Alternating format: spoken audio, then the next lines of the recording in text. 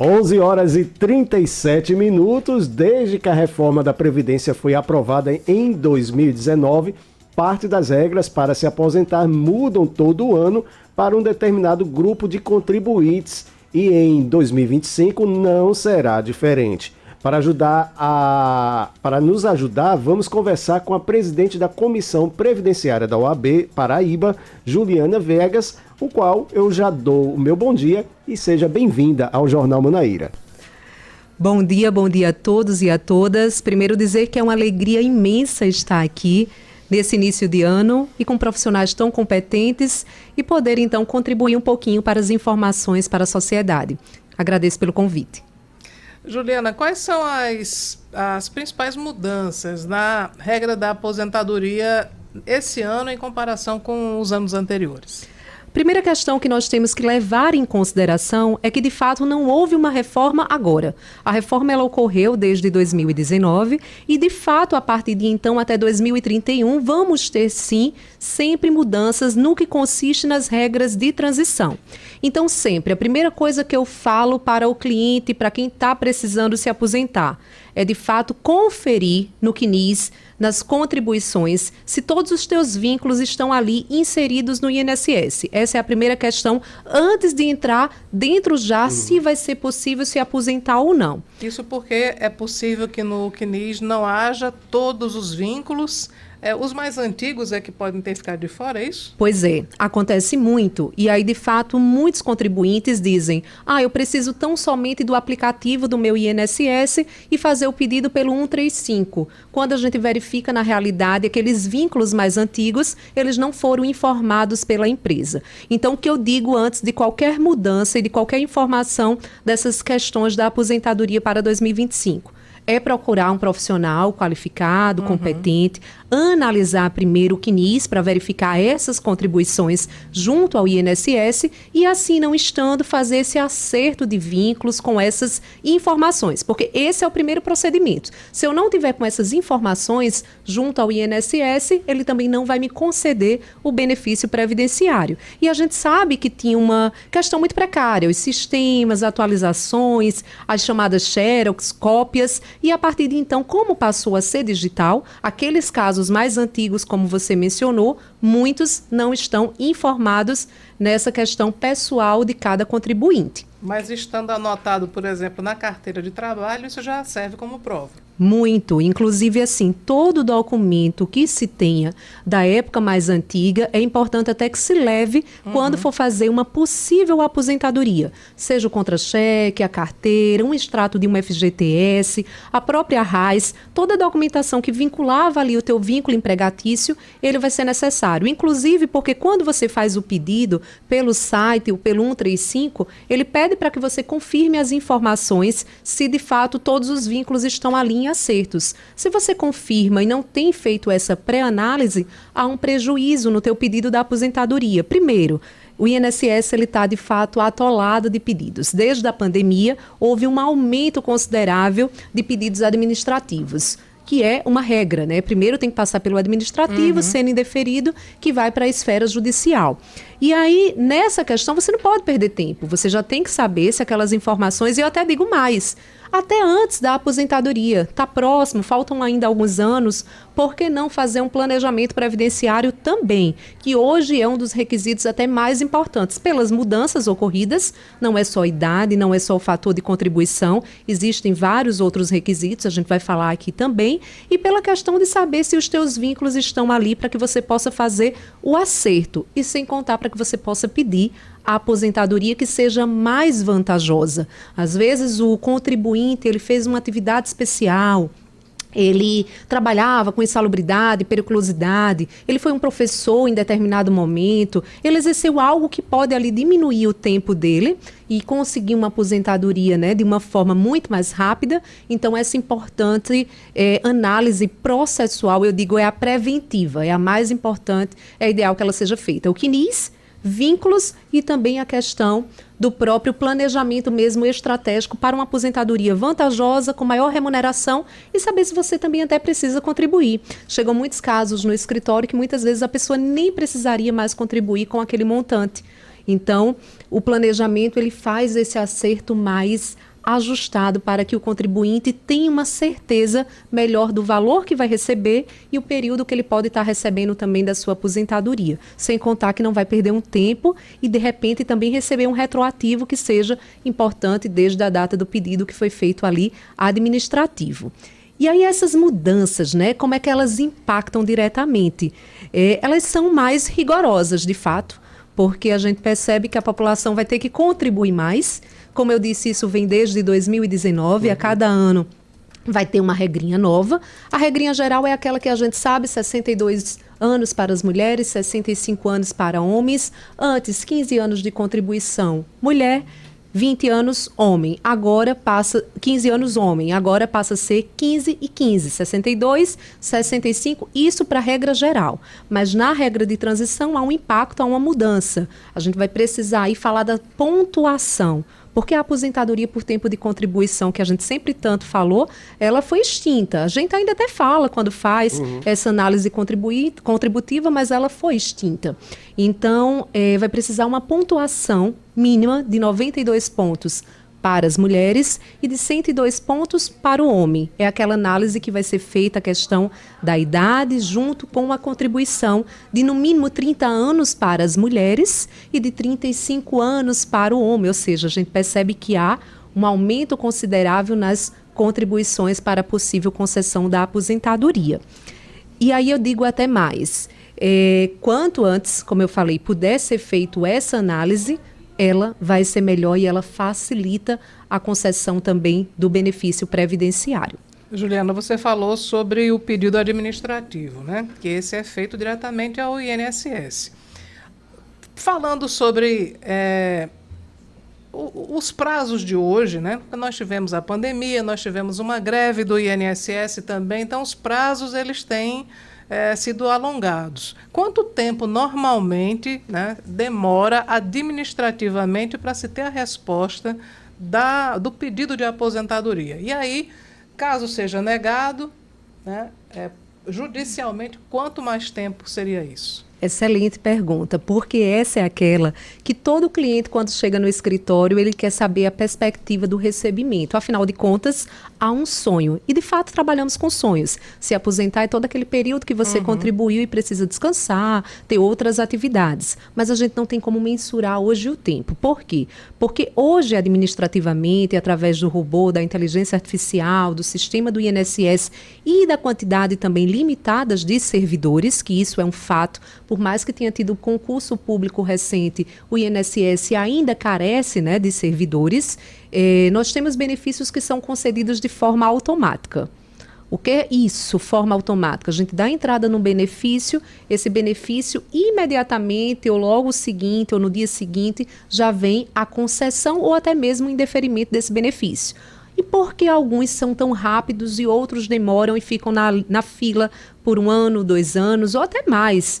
Porque vai depender do servidor também que caia aquele processo.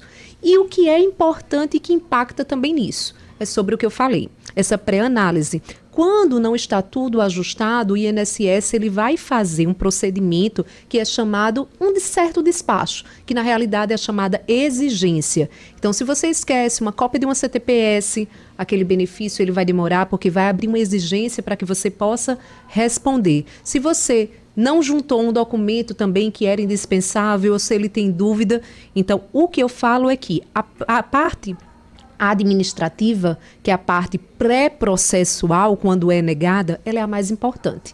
E é a que você tem que ter mais cautela, mais zelo, mais cuidado por preencher todos os requisitos que são obrigatórios e que você deseja ali colocar todas as provas em loco, né? Ou seja, estão aqui, o meu benefício eu quero requerer e quero ele ser concedido. Quando não é, e quando não está robusto de informações que são coerentes para a concessão do benefício previdenciário, eu vou ter ali uma demora, um impacto, porque vão abrir várias exigências e nessas exigências vão impactar também o meu benefício. Agora, nem sempre isso acontece. Às vezes está tudo certinho também, cai numa lista de um servidor que está com um acúmulo maior, como nós falamos, a pandemia gerou impactos e esses impactos foram significativos para o aumento e para o volume de demandas dentro do INSS, principalmente no que consiste no auxílio por incapacidade temporária, que era o antigo auxílio-doença. Muitas pessoas adoeceram, depressão e tantas outras doenças, seja pelo LOAS, né, que é o benefício assistencial, que passou a ser muito requisitado também durante esse período pela questão da necessidade da população carente e os requisitos ali de miserabilidade e até mesmo aposentadoria. Então, há uma diminuição, né, e uma diminuição de servidores que isso impactam diretamente também na concessão do benefício. O que a gente tem que, para garantir ao contribuinte, é que, de fato, quando você faz um pedido, né, dá ali a data de entrada do requerimento, já começa a contar para os fins da aposentadoria na concessão de valores. Se eu passo um ano sem receber esse benefício e eu já, de fato, já preenchi esses requisitos desde aquela data do pedido, eu passo a ter o chamado retroativo. Por isso que é só importante fazer esse pedido quando tiver uma certeza da sistemática de que aqueles requisitos são, de fato, coerentes para aquela aposentadoria. E aí, mais uma vez, eu reforço a necessidade desse profissional que vai alinhar a melhor estratégia para o melhor benefício e também não impactar diretamente numa demora considerável. E sendo negado, Cláudia, aí sim ele vai para a esfera judicial.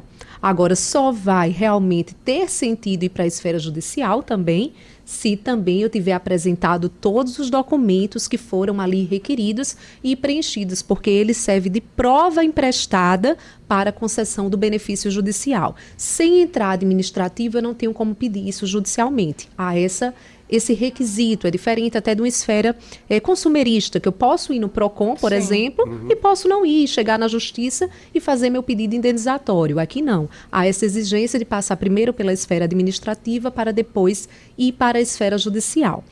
O que eu posso falar agora, que eu acho que todos em casa também estão nessa expectativa, é de que quem pediu isso até 31 de dezembro de 2023 na sua aposentadoria, e nada impacta, estavam valendo as regras do ano vigente. Então, a partir de então, que vão ter essas alterações na questão da pontuação. E isso, como eu falei, vai ocorrer até 2031, em razão da reforma lá de 2019.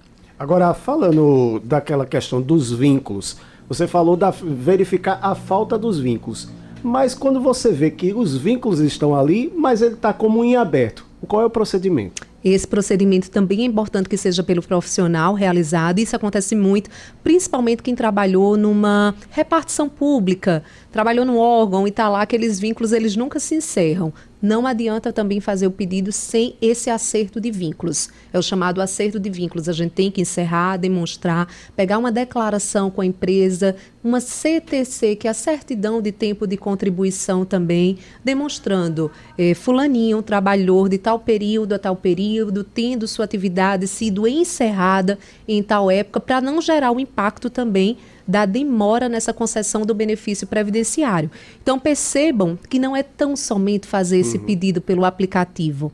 É importante ter uma análise minuciosa de todos os requisitos preenchidos e de todas as informações, se ali estão constantes ou não, no sistema pessoal de cada pessoa, né? Através do meu INSS, mas com todas as informações que são elas individuais. Cada pessoa, querendo ou não, tem sua peculiaridade nessa concessão. Inclusive, eu até digo que tem clientes que falam, mas eu fui com meu colega, entrei com o mesmo dia, o dele foi concedido, o meu não foi concedido. Isso realmente não impacta para que seja no mesmo momento, mesmo sendo o mesmo advogado.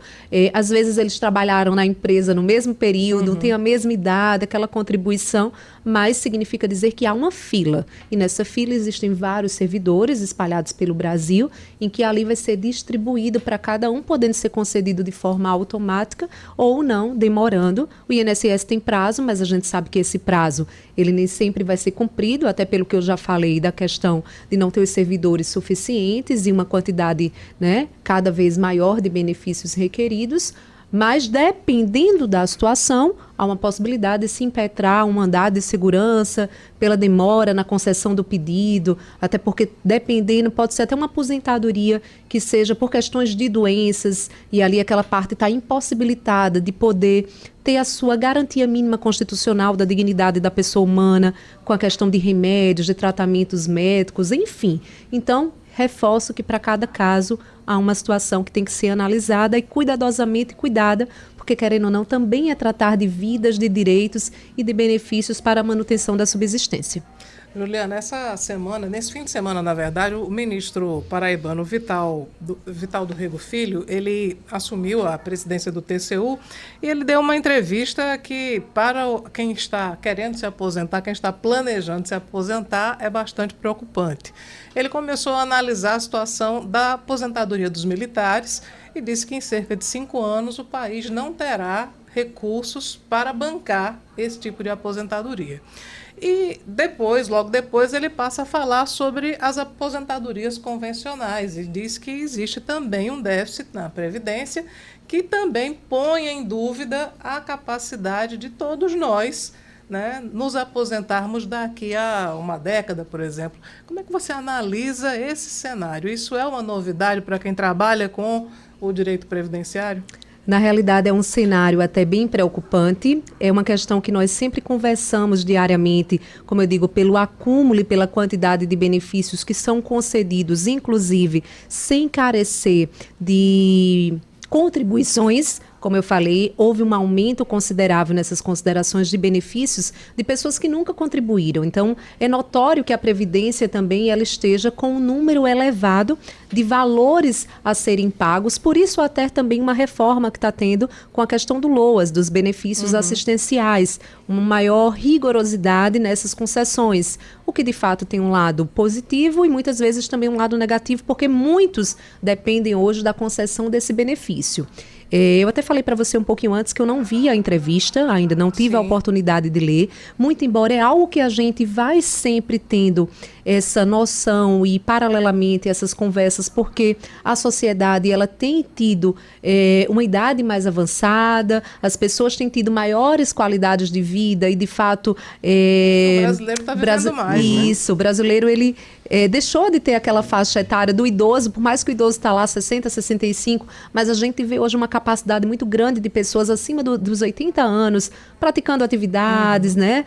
Tendo mais uma vida com maior saúde, né, de expectativa de vida. A expectativa de vida ela mudou para o idoso. E isso impacta diretamente também na Previdência. Por isso que esse planejamento também deles tem que ser visto, porque a gente sabe que o segurado ele conta com essa aposentadoria para sua manutenção de vida. Então, o impacto desse traria prejuízos enormes, né? Não só para o idoso, mas para toda a sociedade, para todas as informações. Então, é preocupante e, de fato, são números que a gente tende a analisar e verificar que eles são verídicos. A sociedade tem que fazer um planejamento, a Previdência tem que estruturar melhor para poder continuar garantindo essa aposentadoria e esse benefício que é sempre tão sonhado, esperado e que foi ali de uma forma de contribuição durante uma vida inteira, né? Porque 30 anos no mínimo de contribuição, 35, enfim, a gente sabe que há um grande trabalho para a concessão desse sonho que é o benefício previdenciário. E para autônomos e para os MEIs, há alguma alteração agora esse ano? Não, por enquanto continua também na mesma sistemática, a questão das idades e das contribuições, mas nada específico diretamente para eles que pudessem impactar. Que eles têm que, de fato, como se diz, né? Essa abertura deles poderem ter a questão contributiva, continuar, de fato, contribuindo para ter os seus anseios numa possibilidade até de uma doença, de uma incapacidade temporária, mas nas questões de algo pontual, não. Mudou para os professores, né? Houve uma diminuição também de idade também, mas um aumento também nessas questões dos números, do número de contribuição e também para os militares, mas para os MEIs, não. Agora, uma questão para a gente encerrar, eu acredito, uma questão conceitual. Qual é a função da Comissão Previdenciária da OAB da Paraíba? A Comissão de Direito Previdenciário, eu estou nela, inclusive, 3 anos agora, fez em dezembro, com o presidente Arrisson Tagino, não só a Comissão de Direito Previdenciário, mas as comissões na OAB, ela tem uma função importante de informação para a sociedade. O presidente da OAB, ele tem esse olhar de poder proporcionar não só a advocacia, a capacitação, de poder enxergar quais são os melhores meios de fortalecimento, tanto no grupo de advogados de toda a Paraíba, para que possam ter conhecimento técnico, jurídico. Inclusive, é uma comissão que ela vem sendo muito atuante e com certeza deve continuar aí nessa gestão também de forma atuante, que é de proporcionar essa integração da advocacia, principalmente porque o direito previdenciário é uma área que cresceu muito nos últimos anos, é um direito que a jovem advocacia tem buscado cada vez mais se consolidar, e o atual presidente ele busca enfatizar essa comissão como um meio de valorização para os benefícios previdenciários. Inclusive, nessa comissão foram criados o presidente da OAB, junto com o INSS, estreitamento de laços para que pudesse ter um fortalecimento para a sociedade, ter o seu benefício de uma forma mais imediata, as solicitações de mutirões, tanto que na Paraíba, no último ano, muitos mutirões de avaliações sociais, mutirões relacionados também às perícias médicas, além de ser uma exigência, foi uma resposta que o INSS conseguiu dar para a Paraíba num avanço muito significativo para os benefícios previdenciários, e também uma criação de um fórum interinstitucional. Hoje a OAB Paraíba ela está diretamente vinculada nesse fórum, junto com membros do INSS, membros da Justiça Federal, membros que são também dessa parte de pagamentos de autarquias, para que esse fortalecimento possa chegar a dois fatores primordiais. Um é a concessão mais imediata do benefício e a outra também a informação de que a sociedade pode buscar esses meios dentro da comissão também para ter informações que ali vão lhe beneficiar como segurado, e também para que a advocacia ela tenha conhecimento técnico e jurídico de alta competência e complexidade, auxiliando toda a sociedade no que é mais benéfico. Inclusive, nessa gestão, falando em direito previdenciário, o presidente ele fez, junto com a Escola Superior da Advocacia, que é a ESA Paraíba, a maior pós-especialização de direito aqui na ESA PB. E a que ganhou foi Direito Previdenciário, quase 3.000 advogados inscritos, uma pós gratuita com professores renomados de todo o Brasil e também professores aqui da Paraíba, possibilitando esse melhor engajamento, melhor conhecimento e melhores técnicas, porque o direito é isso, é prática. Não adianta só as doutrinas. Então, a gente busca muito utilizar essa junção de prática técnica e de aprimorar conhecimentos para que a sociedade ela tenha cada vez mais o seu benefício concedido de forma mais ágil e com profissionais competentes. Muito bem. Conversamos aqui com a presidente da Comissão Previdenciária da OAB Paraíba, Juliana Viegas. Muito obrigada pela sua participação. E Juliana vai estar comigo daqui a pouco no Além do Poder, na TV Manaíra.